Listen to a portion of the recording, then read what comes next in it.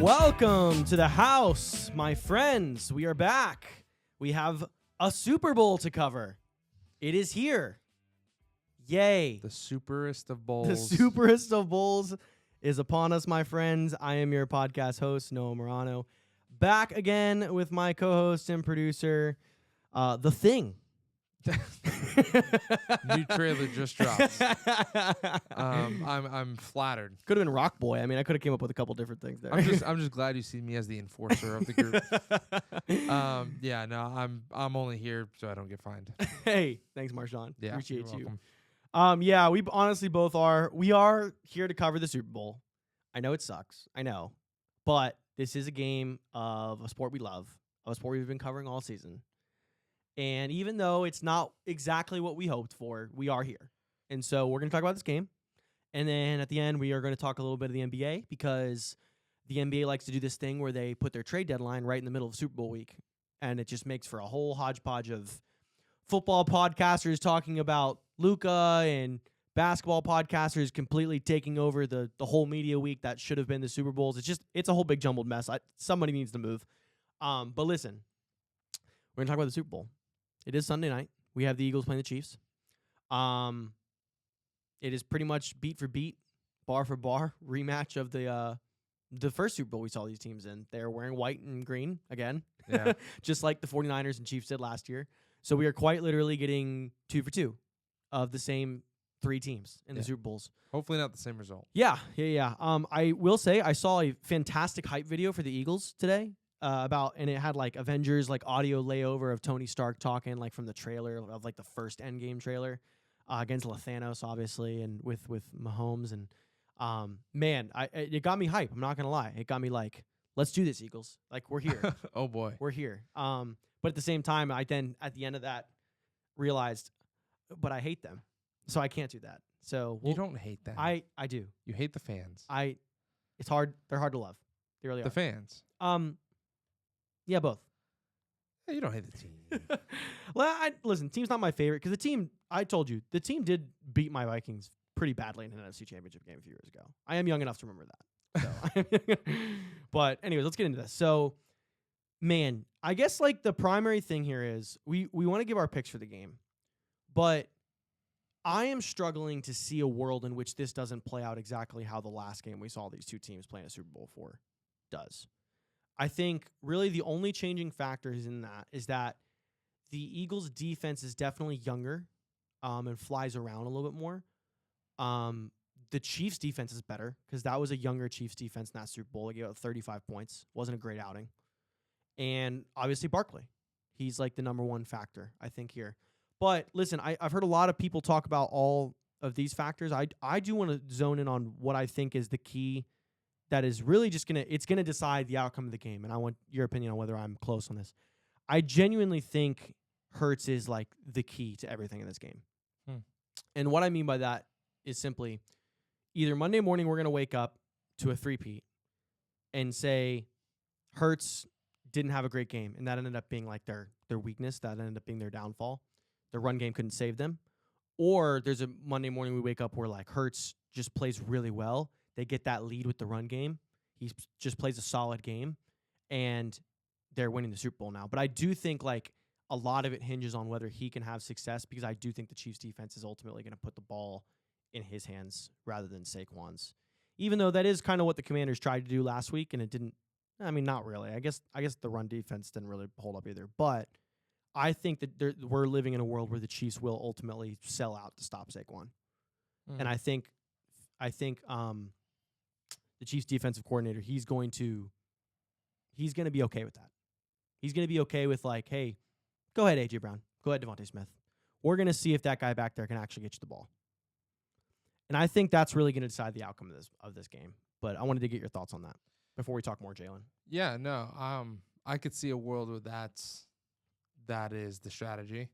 Because there have been a lot of questions about whether Jalen can really throw the ball. Yeah.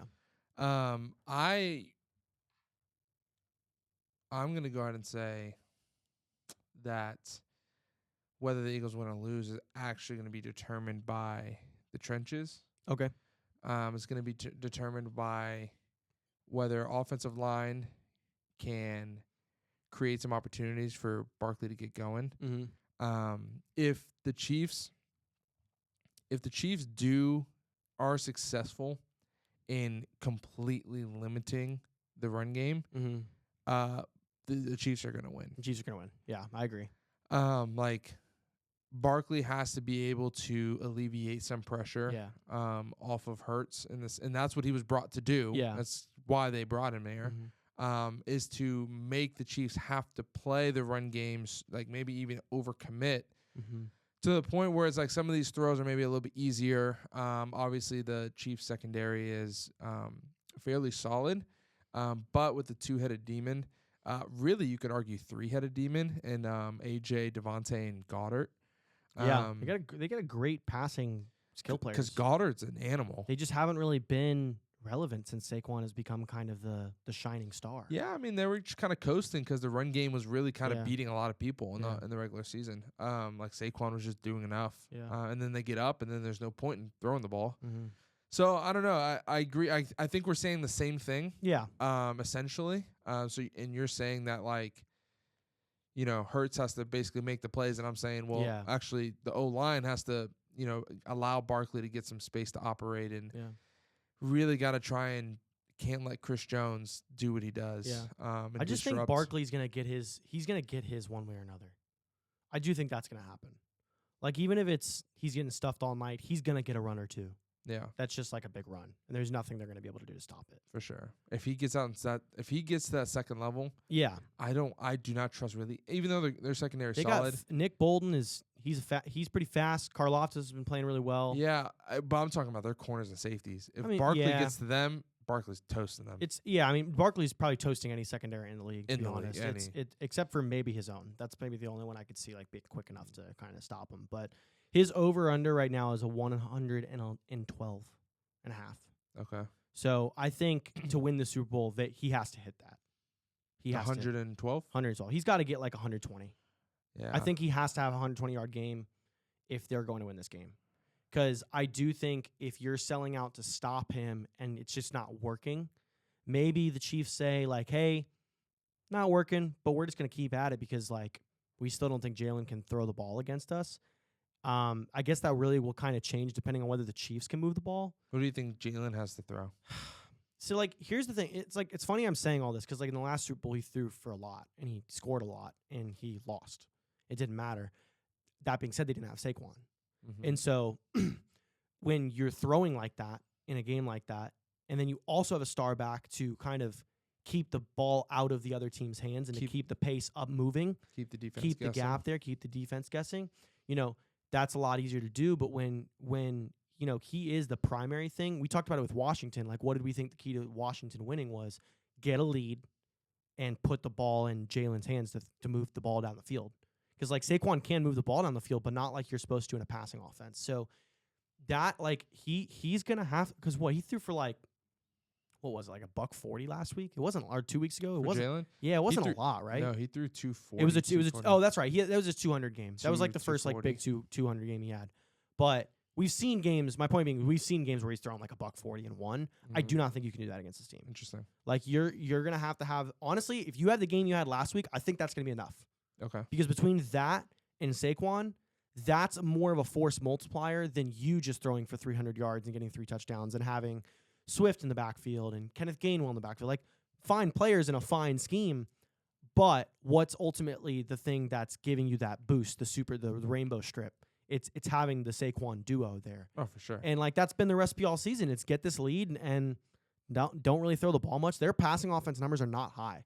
Like, I was hearing things about A.J. Brown today. He's super low in a lot of passing offense stats this year because, like, they're just not throwing him the ball. So, and it's because they haven't needed to. Their recipe is get ahead, keep letting him run. Yeah. Hand off the rock. And it's having one of the best seasons we've ever seen. I mean, yeah, if he's like, what did we talk about last time we were here? He's like 30 or 40 yards off the record. Mm-hmm. So, I think he will get that. Is there a world, though, where I can see maybe him getting held to like 80, 90 yards? Yeah. Maybe busting off one big run, but like the Chiefs defense is just really stout in the middle. I could absolutely see that world. Yeah. And also, as good as this Eagles defense is, I just don't know how they're going to play against Mahomes. Yeah. The problem I think both teams are going to have the same strategy because they've kind of been – this has been their MO this year. It's like they're both going to chew the clock. Yeah. Like both teams are really going to eat the clock. They're going to try, yeah. They're going to try. And one's going to get down, and then their game plan is going to change, obviously trying to score quickly. But in the beginning, both of them are probably going to take long drives. At least try to. Obviously, if there's a broken play or something, they're going to take it all the way. But they're going to be long drives. The Chiefs are going to control the clock because they don't want, the Saquons, the AJs, the Devontaes to get the ball. Yeah. So I'm very curious. Like, it's going to be pretty evident within the first few drives for both teams, like what the game plan is. Yeah. And I just think that this Eagles defense, man, and you're asking so much, but you got to get off the field as much as you can. You can't let Mahomes get out of the pocket and extend these drives on third and medium or third and long. So tough, bro. Dude, he's so hard because if he gets out of that pocket, bro, because they even saw it with Jaden, he was extending drives. He with was his legs. the whole game, like we said, they until the fourth quarter. That was very much a game. He was extending drives, and it's a momentum kill. It's so demoralizing when you have Mahomes is the biggest deflator in the entire league. Yes, bro. You have 2 really good downs, even maybe 3 really good downs, and then they get the first, and it's just frick, and that's not even counting all the times where the refs will come into play and alter something in a way that doesn't go your favor. It's gonna happen. So it's gonna happen. Talk about force multiplier. That's a force multiplier in itself. Yeah. It just breaks your back over and over and over again. It's what can we do? Yeah. I will say this game does have heavily implications if the Eagles lose. If they win, really, it's interesting because I think the 2 biggest players that honestly nobody really believes in this game is I think Hurts is one of them, but I think the biggest person I've heard literally nobody talk about be a factor in this game at all is Nick Sirianni. I've heard nothing about him all week. The 2 weeks that people have been covering the Super Bowl, we've talked about Jalen Carter, we've talked about the defense, we've talked about Mahomes and Kelsey, obviously, we even talked about Kareem Hunt. I've heard plenty of Kareem Hunt talk. I've heard zilch about Sirianni. And it's just so weird because, if you look at his records of, winning, he's already, one of the highest winning percentage coaches of all time, which is just stupid. And he's already now in 2 Super Bowls in 3 years of coaching this team. But at the same time, you feel like at any moment, if this team, starts to kind of lose momentum at all, he just, kind of self-implodes and they just kind of self-implode. And it seems like it's the worst thing of all time, even though they're winning so much. And I just don't get it. I feel like if they win this game, I mean, dude, he's got one of the highest winning percentages of all time, and he's won a Super Bowl, and he's won 1 of 2 in a 3-year span. Versus if he loses, would you be surprised if he got fired in the offseason? Because I wouldn't. That's an interesting question. I think if he wins, he's got a job for life. Yeah, it's crazy. Because they're always going to be good in the regular season, at least for right now. Just because the roster alone is gonna get you. Honestly, most likely the division. Just the roster alone. That's minimum what you expect. And if not, guaranteed playoff spot. Yeah. You know what I mean? So, it's interesting. I don't know what the front office with the relationship with Nick is. If there really is much of any. Well, I can tell you the history of the Eagles is that you said job for life. Yeah. Doug Peterson did in fact win a Super Bowl and was gone within 2 years. That's crazy. So that front office is notorious for being listen, if it don't work, goodbye. Yeah, I think I would say he's Carson gone. Wentz too. I would say he's gone. Yeah. Because going to 2 and winning neither. Yeah. They're okay. And with all the bro. tumultuous crap they've had in between. Yeah. I don't really know who they would bring in if that were the case. Maybe you elevate Fangio. I don't know. Give him another chance. Yeah. But yeah, that'd be interesting. I just think it's funny because nobody, what are the 2 things that normally win you a Super Bowl? It's head coach and quarterback, and I just don't feel like the Eagles are missing it. They're missing a very crucial part of that equation. Yeah. And honestly, their quarterback too. A lot of people have been super down on Jalen this year, but he's another one. If they win, he's now gone to 2 Super Bowls in his first 4 years. He's won 1. One of them he threw for 300 yards and got 3 touchdowns. He would have been the Super Bowl MVP had they won that game. I know. And And at this point, like, he's one of the higher paid quarterbacks in the league. Like, what does that vault him to if he wins and he beats the Chiefs? It's like we start looking at Jalen like, no, he's gonna be Eli Manning. Dude. Yeah. It's like you can't get rid of him. He also, you know what he reminds me of? He's literally like the new Russell Wilson. I feel like Russell Wilson's peak in the beginning was way higher. Like, we had a solid stretch of like 6 to 7 years where Russell Wilson was like a top 3 quarterback every year. But he is kind of Russell Wilson to me now. Like, If he like wins- middle to late end of Seahawks. No, if Russell Wilson. if he wins, he's Eli Manning. I don't disagree. I like that. He just also Because guess what? With this roster and all Yeah. that, he's most likely going to be competing for yeah. returning to the Super Bowl. Yes. You know, maybe not next year, but the year after. Mhm. You know, he's going to be in the realm. And if he beats Mahomes here and meets Mahomes again in like 3 years and beats Mahomes again, he's 100%. He's 100% Eli Manning. At that point, I couldn't agree more. Like, he's I just this, couldn't- Mahomes it's also is like kryptonite. he's probably not touching the Hall of Fame unless his numbers start going way up. Yeah. Because we've even seen, like, with the tush push, like, it doesn't work anywhere else really to the effectiveness that it does in Philadelphia, the way that they do it specifically. Yeah. And, like, that's really where a lot of his touchdowns come A from. lot. A lot of his touchdowns. So it's just interesting. Like, you have these two players in Hurts and Sirianni, and it's like so much rides in this game for both of them versus, like, the Chiefs are just, like, here to win a three-peat and become one of the greatest teams of all time. Probably, in my mind, they would be, like, a top 3 team across sports all So if the Chiefs lose, are they the 73-9? Yeah, Warriors? they gotta be. Gotta be. But at the same time, you always will have a lot of people come out and say, like, well, listen, like, everybody kind of saw what we saw this year. Like, it was kind of... But you know what another thought I had this year is, like... And it's not totally 100% factual. But they are pretty much undefeated. They lost to the They lost to Broncos. Bills. But they beat the one team that they lost to. Sure. And, like, that's where, like... that doesn't mean kind they're undefeated. I know, but, like... Still lost. Okay, let me put it this way. Spiritually, they're undefeated. Because they lost a game that they sat all their players for. Yeah, I don't count the Bengals one. And then or the Broncos one. And then they end up just beating the team that they lost to in the regular season, like, in a pretty definitive way, I feel like. It wasn't a blowout, but it was like, it kind of seemed like that was the Chiefs just kind of leaning on them a lot during that game. I don't know. Like, spiritually, they're like basically an undefeated team. And so if they lose this game...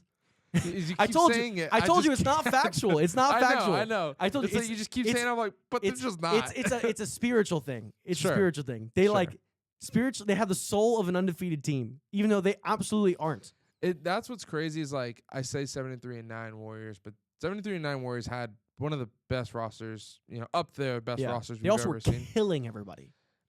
This Chiefs roster is very underwhelming, but the record Yeah. says different. Yeah. You know what I mean? So it's like, Yeah, if they don't win, then they pretty much are. they pretty much are. You were one win away from being solidified I'm about as to say. not only the greatest regular season of all time, won the Warriors, and, you know, finishing it with a championship, then the Chiefs having a fantastic regular season, one of the best, and then one win away from, you know, a three-peat, which has never been done before. So if they win this game, can you imagine? All they would have had to do is beat the Bills in the regular season. Because if they did, they would have stomped the Broncos. They would have stomped them. Yeah. I mean, dude, that would definitively, in my mind, I'd have to really sit down and think about it across all sports. That would potentially be the greatest sports team of all time.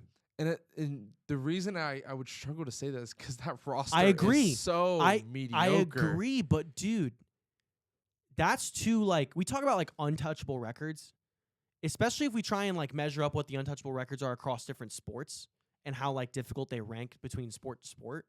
Like, we saw, like, the scoring record. We thought that was never going to be taken down, and LeBron finally did it. But we've seen 3-peats in basketball. We've seen 8-peats in basketball. Now, granted, that was against plumbers, but, like, still. Yeah. This is two things we've never seen. I mean, we saw it with the Dolphins, but, like, the Dolphins won 14 or 16 games. They didn't win 19, 20 games. That's what I'm curious about, though, is that I feel like NBA and NFL are, like, swapping. Where it's like the history of in football, why we've never seen a three-peat is because within the history of the game, you just had a new winner every year. But I feel lately, a little bit with Brady and now with Mahomes is like we're kind of seeing the same teams go to the to the Super Bowl every year, and it's like, and we had that historically in the NBA where it's like, okay, the same two teams are gonna make it in the 80s, Celtics and Lakers, right? 90s, Bulls and the whole story of the NBA. The West, would maybe fluctuate a little bit, and then like LeBron and Curry, their whole, or LeBron and the Spurs, and then LeBron and the Warriors. It's just you see the same teams. Yeah. But lately, last few years in the NBA, what we're seeing is it's different completely teams. flipped. I completely agree. Different teams are starting to make it. Different teams are winning, and it's just I don't like it. I don't like it either. I want both to be doing that. You know what I mean? I agree. I want both sports to have like new people competing in the championship every year. It's just NFL. It's just like I couldn't agree more. It's a complete swap. It's a complete turn on the head of everything we know and love. But that being said, the NFL is still the most like watched. Oh, it's not even close. It's not even close. It's miles and miles and miles above all the other. I mean, it's literally pillaging the NBA for their holidays. Yeah, they play on. So, if Eagles win, they would be the only team to beat prime Mahomes and prime Brady in a Super Bowl. Wait, what? What'd you say? If the Eagles win this game, they would have the honor of saying we beat both Tom Brady and Patrick Mahomes in their primes. You would say that was on Brady's the biggest stage. He threw for like 800 yards in that game, and they beat him. Yeah, I mean, you look up the stats from that year for Tom Brady and that Super Bowl specific. That was his best Super Bowl, stats-wise. I would say it was definitely not his prime. Yeah. That stretch, I would say, if I'm really putting it up against each other, it's kind of weird because, like, I think pure player dominance. Because this is Mahomes' prime. This is Mahomes' prime. Like age, physically, 1000%. everything. Age-wise, it wasn't his prime. Like, that was more like honestly, the gap in which he wasn't winning Super Bowls. But that last, 5 years where he just, every year the Patriots were getting there. They went to 3 straight. I consider that more Brady's prime. Because he was just, that was like his unbeatable moments. And yeah, he was beaten during that. Like we saw the Eagles do it. And I mean, I could pull up his stats. I know he threw for at least 500. And he was doing that with nobody. We talk about the Chiefs roster being underwhelming. Go look at those Patriots rosters and how Bill Belichick would stack up his offense against him. He was playing with James White in the backfield. Yeah. Ben Hogan in the slot. These weren't great players. These are players that will be forgotten in 10 years. And you're going to look back and see videos of Brady doing this with these guys and be like, who the hell is that? Yeah. Outside of maybe Amendola and outside Edelman and Gronk for sure. But outside of that, he didn't really have guys. Versus I agree. This is Mahomes. This is Mahomes' apex mountain is these years he's living in right now. Mm-hmm. But still, that'd be crazy. Eagles, and it couldn't be worse for the NFL fans that Philadelphia fans would have this over everybody else. Yeah, it really couldn't be worse. It would be funny. But yeah, That's so funny. what do you got in this game, man? I mean, we didn't talk a lot of Chiefs. I apologize. I don't care to talk about a lot of Chiefs. We know what they are. We just do. We know what they are. Yeah. We know how they're gonna win. They're gonna dink and dunk you. Their defense is gonna do little suffocating shit in the moments that matter, and Mahomes is gonna somehow end up with the ball. And he's going to get the third downs that he needs to get. That's how they're going to win. They're going to dink and dunk you to death. That's just what they do now. Yeah. So I don't really care to talk about the Chiefs too much. Yeah. But who do you got in this game? I've got Eagles winning. Okay. I've got Eagles winning let's go. Man. You want to know what the total was from their first Super Bowl? Do you remember it? I want to go 30-27. Okay. Eagles. Okay. Ed Reed gets a pick. Mahomes is driving. It's tied 27-27. Let me finish. Okay. It's tied 27-27. Mahomes is driving. Yeah. Not in field goal range yet. Throws a ball and it gets tipped. Ed Reed diving by Ed Reed. Yeah, sorry. You might need this to explain that to the joke. audience. Yeah. Sorry, I probably said that and people are like, "What the?" When did Ed Reed get to the Eagles? Yeah. Let me. It's an inside joke. I'm sorry. Ed Reed. I call Reed Blankenship, the white boy safety for the Eagles. I call him Ed Reed because I believe he is the reincarnation of Ed Reed. Mm-hmm. And so Ed Reed Blankenship gets a diving pick. Right, gets up able to march the ball down to like a little bit half field, maybe a little less. Okay. And maybe let's call it just under the 2-minute warning. Mm-hmm.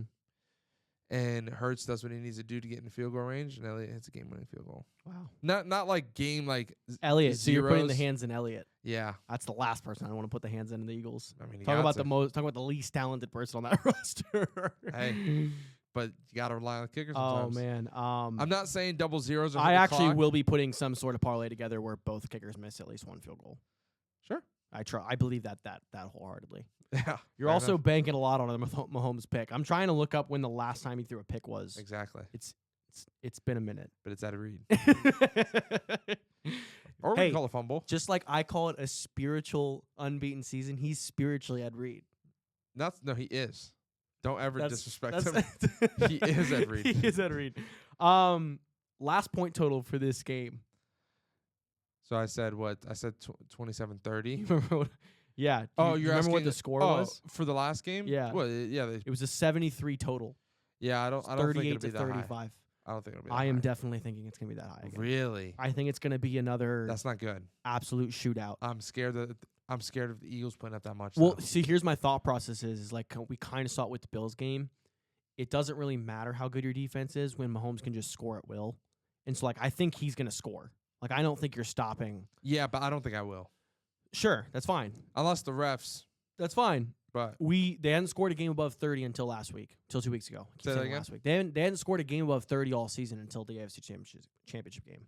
So they just kind of pull out what they need to win the game. They needed 30 points to beat the Bills. They got 30 points. They are going to need 30 points to beat this Eagles team. I just don't see a world in which their defense holds this Eagles to, I would say, like, minimum is like 25. So you know the reason why I went lower, is because I believe the game plan is run the clock. And so I don't think there's just going to be as many possessions. Okay. Is why I'm going lower. Not that it's going to be a defensive shootout where Eagles get a stop, Chiefs get a stop, I'm not saying it's going to be like that. I'm just saying these possessions, these drives are going to be very long. That's fair. Then they're going to score. Yeah. Then the other team's going to go on a long drive and score. Mm-hmm. I'm just saying these drives are going to be so long, we're not going to get as many touches. I agree with that. I agree. I can see the world where that happens. I do think it's going to be high. I put it down as high in my pick'ems. So my pick'ems right now, we did a playoff pick'ems. We weighed the points differently. I was in first after the first 2 weeks, tied first, and then last week bungled me. You went what we did? So I kind of tried to game the game a little bit. I pulled a 5-head move where the person I was tied in first was. I just kind of wanted to go with whatever he was picking. Not really thinking the other two were going to even be able to catch up. I was wrong. I did the math a little bit wrong, and I was wrong. Okay. So we are both now in last. But it's not by a lot. Like, these points are close. So, but we're both tied for third, and there's two guys ahead of us. So I have to get the pick right, but not only do I have to get the pick right, I have to get the total right. Wow. And I'm not going to lie. You put yourself in a predicament. I went balls to the wall. I said high. You went Commanders and Bills? Yeah. Yeah. And honestly, like, the Bills is what screwed. If the Bills won, I would be walking into the Super Bowl pretty much with a guaranteed win. Because the guy I was tied with picked the Chiefs. No, he picked the Bills too. So we both would have been walking into Super Bowl week like neck and neck. It would have just came down to who we picked. I took a gamble, it didn't work. The Bills going back. Hey, I respect that. Hey, I gambled on the Bills. I went to the Bills, pizza joint. It didn't work. Yeah, okay, it wasn't their weekend. We don't talk about it. We don't talk about it. I did put the total as very, very high though. Okay. I didn't put it at 73 high. You put it 83. I put it at like 69 high. Like, come on. Nice. Like, Nice. So, I do think it's going to be like a high 33-30 type game. Okay. 35-33 type game. Okay. And I'm not going to lie, man. I just don't know if I can keep betting against the Chiefs. That's fair. I respect it. I just don't know if I can. I will not support. I will be so happy if I'm wrong, but I'm going to pick the Chiefs to win this game. If the Chiefs win this game, I think next year will be the year where I don't bet against them. Yeah. First. Oh, so you need to see the three-peat first. Yeah. I need to see literal history. Unequivocal history before I can confidently not bet against her anymore. Because I got to a point where I was like, all right. I think it was like, I forget which run it was where Tom and the Patriots were going on a run, but it was like that run. I was like, okay, No matter how old he is, Can't bet I against am him. never going to bet Yeah. against him. And then when he was making that run with the Bucks, and Yeah. a lot of people weren't like No, I was there. really jiving Yeah. with Tampa Bay going all the way. I was like, I was there. because they're like, oh, Tom's old. I was like, listen, I'm not gonna lie, bro. I've gotten to the point where like I will quite literally never bet against this guy again. I can't. And every game, I was like, Bucks win, Bucks man. win. Oh, they're playing the Chiefs. Da da da. I was like, I cannot bet against them. I'm not there with Mahomes yet. It's so fascinating. I should be. He's a 3-time Super Bowl winner. Oh, 100%. 3-time Super Bowl MVP. I need to see 4. Then I'm like, okay, you got me. I mean, with this win, he instantly becomes the second best of all time, and he has an argument first. This would be the win that gives him an argument for saying I'm the first. The only problem is that there's a possibility. I'm not saying it's not likely, but like the rest of his career could be a dud. Not a dud. Even if it was, man. Then I don't think there's an argument. I don't think there's there's best. I don't think there's a world where that happens. I don't think there's one single world in the multiverse where that happens. if Unless he doesn't- got like if- shot in if the he leg and they had wins- to amputate. If he wins this one and he never wins another Super Bowl, I would still say Tom's the best. It depends on where his stats ended up. If his stats ended up very close or surpassing Brady with just these 4 in the three-peat, It'd be hard. it'd be hard. It'd be really hard. I would still Because say I Tom. said the same thing about LeBron. Like once LeBron, I always said if LeBron gets to 4, that's an argument for me because you've got him on all the stats. It's just the championship thing that people always throw in his face, and it's like Mahomes is kind of reaching that same status now, where it's going to be hard to argue against it because he genuinely. I watched Tom, so like where we didn't have the benefit of like watching Michael Jordan, but we did LeBron. We have the benefit of being able to watch Tom. Mm-hmm. And I watched Tom, and like I'm not trying to take anything away from Brady's career, but I just watched Mahomes, and it's different. It's just I can't confidently say that Mahomes, at least skill wise, isn't better than Tom. Like I can't confidently say that Tom Brady is better than Mahomes as like a pure quarterback. And I know that sounds crazy, but like right now, Tom is still number 1 for me. But it will start to get to a point where I'm like, it's hard. It's hard So to is LeBron deny. your number 1? I have a stance, and not a lot of people. I've had people agree with me on this stance. I've had people not agree with me on this stance. I had a LeBron meat writer argue with me about this about a couple weeks ago. I think LeBron is the greatest greatest all around player of all time. But I think Michael Jordan will forever be the GOAT. And I think like the GOAT is like a mythic status that I just don't think LeBron can ever reach, despite being the best player I've ever seen, and despite being the best player I think we ever will see. And that may be confusing to people. Some people may think I'm an idiot for saying it that way, but that's just genuinely like how I view it. Because he did it first. He did it first, and he did it on a scale that just changed the world. Yeah. And like that's just legitimately what it came down to. So, Brady didn't have the pure dominance that Mahomes is having right now. Like he had that stretch at the end of the Patriots where he went a couple in a row. He didn't win all of them. Like he lost a few, and that one game he wasn't great in against the Rams. Their offense sucked. So Mahomes has like shown no chink in the armor so far, except for that Bucs loss, and that's going to be honestly the biggest thing keeping Brady above him. But is the fact that like Brady just took his pants off in the Super Bowl. Oh yeah, destroyed him. And Brady didn't do that. I mean, he's not on the defensive line. That was more of a Todd Bowles thing. But like Brady performed and Mahomes didn't, and so that's the biggest thing keeping him above right now. But the three-peat is pretty hard to argue. If they win. Now, if Tom had the undefeated season, no question. Tom is always the GOAT. Doesn't matter. Yeah. Doesn't matter. But, All right. Real quickly before we head out of here, we're going to talk some NBA. Yeah. Because, boy. You know what's funny, though? Huh? The only thing that stopped Tom's undefeated season was Eli Manning. and if Jalen Hurts stops this historical moment for happening from Mahomes, 2.0.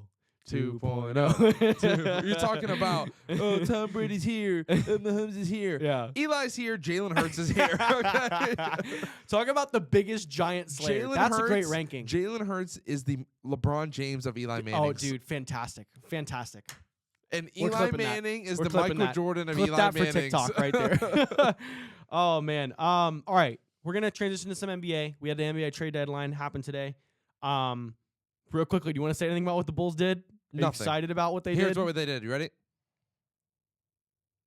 You know, that's really funny because my team's the Magic. You know what they also did? They did this. Yeah, I'm actually still waiting for the notification. I was hoping it was just a couple hours late. The deadline is over. They are doing nothing. I was hoping something in the league office was just kind of holding it up. Nope. No. I mean, you guys did do some things. Sure. You started the rebuild, which I thought was most important.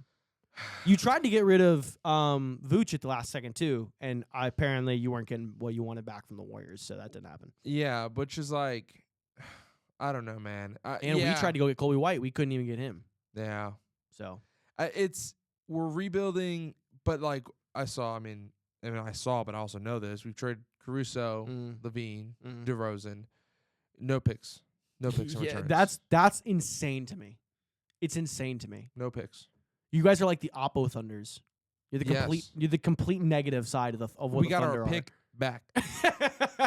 Dude, a lot of people got their picks back. Do you see all those last minute trades? Houston got a pick back. Dude, the last like hour and a half of the trade deadline, I was like, beep. Yeah. Beep. But it was all like nothing important. Nope. A random guy for a second round pick. Not a single damn thing. Honestly, I saw a funny meme. After the Luka thing went down, it kind of was like, deadline was like, Luka. And then it like kind of dropped and then boop, and then it died. And then it flatlined. And then it was like little ripples. So tiny. Lots of weird things happened. Jimmy Butler's now on the Warriors. That's weird. The whole Luka thing, we're gonna talk about that when it comes time to talk about NBA stuff more in depth, but that was crazy. That is the potential to be shook the world. The craziest trade of all time. It's up there. It's got the potential. Yeah. If not already, it's got like a foot in the door. Yeah. The only thing it's crazy. Let's talk about the trade because I have some thoughts and like I know you. Real quick, can I Magic wise? I did hear the GM did come out and say apparently a lot of the offers we were trying to go get, a lot of people were asking for our long-term assets, and that was a reason they just didn't think it was a good time to press the panic button, and they wanted to stay put. I'm okay with it. It's fine. We're moving on. That's fair. Let's get to the Luka deal. So like it is one of the craziest trades. Some people have the stance of Mavs got swindled. People are like, oh, the Lakers. I think it was a good trade. It is the reason why it's one of the craziest trades of all time is because you have a player who in his first all pro has 5 seasons. He's off to one of the best 5-year starts in NFL history and NBA. Wow, this is the transition we're going through. And then you have Anthony Davis, also an All Pro.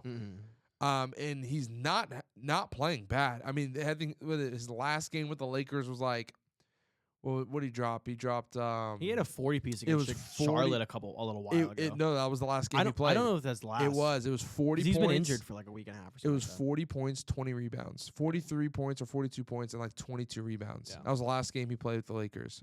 And like then he gets traded. So it's like it's wild. I'm gonna say this about the trade. I like the trade. I like it. You and Kendrick Perkins are in a very small boat in the middle of the ocean on that one together. I like the trade because these two teams are doing two different things. Like their game plan and their strategy are like two separate things, and this trade helps both of them in what their organization's goals are right now. The Lakers were already about to like go into like a small rebuild. And starting to prepare for LeBron's retirement, and start building around Anthony Davis. Obviously, when Luka starts to get dingled in front of him, they're like, whoa. We have the opportunity to trade for one of the best young players in the NBA. Yeah, we can make a pivot in our plan and build around him instead. The Mavericks they want to win right now. They feel like they have the chance to win now. And listen, do I agree with the Mavericks and their reasoning for trading Luka? No, I don't. But I can't. That's how the organization feels, and it doesn't matter what I think. It doesn't matter what you think. It doesn't matter what Joe Schmo on Twitter thinks. The organization feels like Luka has a conditioning problem. They don't trust him. In that regards, they've had him for the last 5 years. So obviously, his attitude or his mindset towards whether you want to call it eating healthy or staying in shape, they don't feel like they can trust him to take them over the mountain. Now, listen, I get it. He just took them to the finals a couple months ago. Do I agree with them? No, but this is what they're saying, and they're the ones that are shot calling. So, that being said, to go and get a piece like Anthony Davis in return, I don't think is awful. I think it's going to be interesting with that Kyrie, Clay. They got Anthony Davis, Gafford, The young squad. and Lively. Like, dude, that and then the pieces they have kind of like around, like their role players are fairly solid. Like, we thought this team was a contender with Luka here and stuff. So I don't know. I think it's gonna be interesting. I think defensively they're gonna be really good. That paint is gonna be really hard to score in that paint. Anthony Davis is gonna go more to his power forward role, which he wants to do. So that'll be interesting to see Anthony Davis and like Gafford on the floor at the same time. Anthony Davis can guard all 5 positions. I just think it's gonna be exciting. It's gonna be interesting. And I don't hate the move for them if that's how they feel about Luka and they're in a win now. And then now the Lakers can sit back, wait for LeBron to retire, or you can trade him to Chicago. We'll take him, and we'll take his son too. But you sit back, start building around Luka. They already went and got Mark Williams from Charlotte because Luka plays best with a lob threat big on the court, and Mark Williams is young, athletic. Hopefully he stays on the court. I heard he's serious injury bug problems. Yeah, I mean, it can happen to anybody. So he's only played like 40-something games in his first 3 years. So as long as I think he's just a Band-Aid. I don't think he's their long-term center. You know what I mean? Agreed. So it's like they needed something right now, and then next in the offseason they can go and get somebody. I don't know why we didn't. I don't know why we didn't dangle Vooch for him. I'm not saying Vooch is a lob threat. You probably would have it probably cost too much. No, they didn't want to give us enough. Yeah, that's what I mean. Like it cost too much for the Lakers. Yeah. Let's talk about what you said because I agree with some of it. I disagree a lot with some of it. The parts in which I have a small conspiracy hat, and also I think it's totally okay and totally within the bounds of everybody judging this trade to look at it. I get what you're saying. It doesn't matter. It just matters that they believe it, and that because they believe it, that's why they did this. I have a conspiracy trade thing that I have in my head that I haven't been able to shake since I first saw these reports, that I don't think at all this is what the Mavs believe. I think to some extent, I think Nico Harrison believes wholeheartedly in Anthony Davis. I do not believe that they are thinking, as what you said, towards Luka with the problems of they're worried about his condition, they're worried about the Supermax. I just don't believe that's true, and if it is, you guys are just the stupidest organization in the front office in the NBA. And I get it. Like, it doesn't matter what we say. It doesn't matter what anybody else says. But at the same time, everybody's within their bounds to look at that and say, like, that is clearly just a dumb decision. That being said, the conspiracy theory that I'm talking about that I've seen a lot of this week is that, you know who the Mavericks owners are? Mm-hmm. So they're Vegas tycoons. And they are also trying to build a casino in Dallas. And so there's a lot of behind-the-scenes conspiracy coming on, and Colin Cowherd actually just said this on on his podcast the other day, is that because he has a connection in the Mavs office, that apparently this was an owner decision. This was Nico getting told from the higher-ups to make this trade.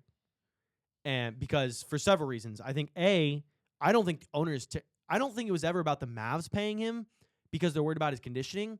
I think the owners just don't want to pay him because they don't want to go into the luxury tax. We're seeing a lot of this from different owners around the league now. Like, we see it with the Wolves. The Wolves just sacrificed their team as well because they didn't want to pay the money on it. We're seeing that conscious kind of thinking throughout a lot of the organizations these days where they don't want to pay the money, and that if that means their team isn't good, like, oh, well, we're not paying the money. Because ultimately, you got to think these owners, they are paying the guys out of their pockets. It's their money that's being used to pay these teams and pay these players contracts. And so I think that's a huge part to do with it. And also the conspiracy theory that I don't totally buy into that goes a step farther is that there is some deal between the commissioner's office and the Mavericks owners that the Vegas spot is opening up. And because these guys are originally from Vegas, they are actually trying to tank the team in order to lower its value to make the move and the transition for when they do ultimately rip Dallas out and put it in Vegas. That's what they're going to do, and that getting rid of Luka made that path a lot easier. That's like heavy conspiracy stuff. I'm not sure I buy totally into that. What I do buy into is that I don't even know if Nico truly believed this. And if he did, I don't think he's going to be in the league much longer Because if you're Dallas, I agree with you. I actually do like the team. What I don't like about the team is that, yeah, you have all these great players, but at the same time, they're a bunch of role players, and it feels like Wakanda Forever. Feels like we just lost our star, our center star that's keeping everything rotating around it. All these players were great because they worked in the system built around Luka. And now you rip Luka out of that, it's like, I don't know what these players are going to be. Gafford and Lively were great rebounders and lob threats because Luka is such a great facilitator on the floor. Defensively, I think they're going to be fine. They're going to be a great defensive team. I just don't know if they can score anymore. Like, a Kyrie can do it and Anthony Davis can do it, but they don't do it consistently like Luka did. They've always been the spurts kind of guys. If I'm the Mavs, I don't. Davis has been lately. He's been better, but I'm talking his whole career, bro. He still has been like scoring output wise. He's not been consistent 35 points like Luka has. Luka averaged 33 in the playoffs last year. Yes, I agree, and that's my next point. Is like, if you're the Mavericks, the only way this doesn't go down is the worst look in all of NBA history, maybe sports history, and that not everybody in that front office gets fired by the end of the offseason, is you have to win a championship. Like this year or next. Mm-hmm. And if you don't, you're all gone. And this literally did not matter. You ruined an entire fan base. You crushed the hopes and dreams of millions of Mavericks fans who had their guy. Like, this was their savior. I mean, you saw the coffins they were pulling out of the stadium. Mm-hmm. They're putting up like signs around Dallas that say like fire Nico. Like, they hate this guy. So the only way you can really justify this is if you win the championship. And I think their squad is good. I really do. I just don't think it has that center star to propel it when it comes to rubber meeting the road in the playoffs when you need a bucket. Like, we saw Kyrie even burned out. He burns out every time he's in the playoffs for the most part. So at least like at the later end of his career right now. Sorry, I want to make sure that's not being said the way it's said. The later end of his career. Like we saw last year against Celtics. He just couldn't do anything against Celtics. And if you're playing against like the Thunder, which is one of the best defenses in the league, yeah, they're smaller than Dallas, but they're going to shoot the lights out, and that's not really going to stop. Shea's going to do his thing. That's not really going to stop. And on top of that, they're going to play defense against you. It's like, who's going to score when maybe Davis or Kyrie can't, because they've always proven themselves to be number twos. I don't know if they can be a number one. There is a world where I think Anthony Davis goes supernova in the playoffs, and they get to like the Western Conference Finals. I'd be very surprised. But I just like, it's weird because like I do love that. But listen, for the Lakers, home freaking run. We were finally at a point where it looked like the Lakers were going to be dead.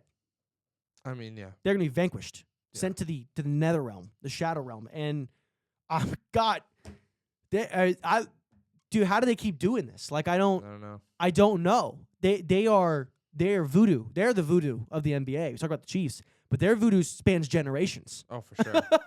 They pull in anybody and everybody to keep themselves relevant. It's like the only reason this franchise is relevant is because they keep pulling in these guys. It's the Lakers, man. It's the Lakers. And it's crazy because I saw someone on the media say it best. Is like, there's a couple different ways you can attract free agents. Like, be a big market team. That's a good one. Have a great young roster that's enticing. Third one is just be LA. Just be the Lakers. It's like it legitimately doesn't matter. Everybody loves the Lakers. I am never going to think in my mind ever again for the rest of my life that there's going to be a point where the Lakers are bad for like a substantial period of time. They were in between Kobe 6 and years. LeBron. It was only 6 years. And then they pulled LeBron out their ass. Mm-hmm. And they still weren't. That was their biggest drought in history of not making the playoffs. Mm-hmm. 6 years. It's crazy. And when I say like sustained, I'm saying like a decade. Like a whole decade where they're just not relevant. Gotcha. There is never going to be a decade in my life. Even when the Lakers aren't relevant. Even when the Lakers are bad, they're always relevant. They're always, for sure. They're always like relevant. Dallas. They're always going to be relevant. Like the Cowboys. They're always going to be, talked about. Yeah, Cowboys. But I'm talking about like relevant in terms of contending. Right. I just will never, ever expect a decade where that's a truth. Yeah. Because, dude, they're set up now. Like, and honestly, with the moves they've made, they're not great. I don't totally love the Charlotte move. But like you said, like it gives them something to work with right now. And honestly, like as I've thought about it over the past couple of days, with who's in the West right now, I mean, OKC's by and large like the best team in the West, but they're on a clock though. They're small. They're on a clock. What do you mean by on a clock? They have way too many talented people to pay them all. Oh, for sure. But they're still going to be a team for the next 5 years, I would say. And so, but like right now, they're the best team in the West. They're probably they're the Western Conference favorites right now. But they're small. They've always been a small team.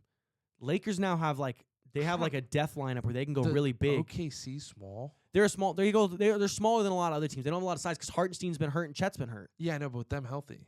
If they get healthy, sure, that's two big guys down in the paint. But for the most part, they've played small ball. This entire run that they do is just they're a bunch of compared to other teams.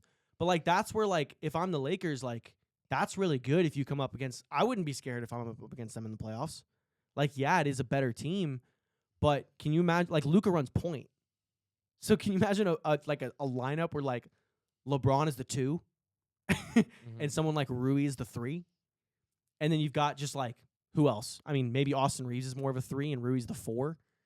No, and Austin Reeves not short either. They'd run Luka, AR, LeBron, Rui. I mean, Mark and Williams. then Mark Williams. That's a big lineup. Or Jack, or what's the kid's name? And that's probably like their closing lineup, I would imagine. Like that's who they're closing games with.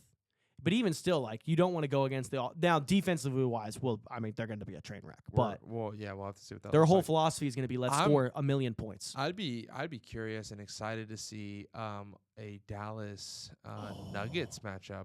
Okay, I wonder what this three-headed demon would look like playing Jokic. Yeah, Anthony Davis has historically struggled against. I know, Jokic. but maybe if he's helping, maybe different. Maybe I don't know. It would be interesting. I agree. It'd be interesting. Like I said, there is a world where the Mavs make a run. I just think eventually, where I can't see them winning a championship or even getting to the third round, is that offensively. I just don't know if they have the firepower. But so who? I have a question for you. Who do you like think is the best team in the West right now? Or who would you put money on? Like if playoffs started today, like Houston Rockets. Who do you have coming out? Houston Rockets. You know they're like 7th in the odds, and they're like behind the Clippers in odds to make it out of the Western Conference Finals. Yeah, which is crazy. My favorite out of the West. I'll read you the standings right now. So the standings are OKC, Memphis, Houston. Memphis and Houston keep flip flopping for 2 and 3. Denver's 4, LA is 5, LA is 6. Minnesota's 7, Dallas is 8, Sacramento's 9, Phoenix is 10, Golden State and San Antonio are right outside. I think OKC could do it. Yeah. I wouldn't be mad. I like that team. I like that young team. I do too. I wouldn't be mad at OKC. I think they're the more talented right now. I think Denver is going to cause problems for a lot of people. I would, but I think they're going to be. Would you be totally surprised if they ended up in the Western Conference Finals again? Denver. No, I wouldn't be surprised. I think I think they'll get through the first round. I hope they get bounced second round. Why do you hope they get bounced? I just don't want to see them win. I just don't like Denver. Such a weird dislike. I know. They're such a likable team. Yeah, you could say that, but I just really just don't. I don't know. I don't not like Jokic, but like, just kind of annoying, I guess, to me. Interesting. But anywho, I'm curious to see what people like Minnesota, Dallas, Denver, OKC. I mean Houston. I'm curious to see what that looks like in the playoffs. I think they'll be interesting. I still think they're just too young. They're just feisty. Yeah, they're very feisty. They are scrappy.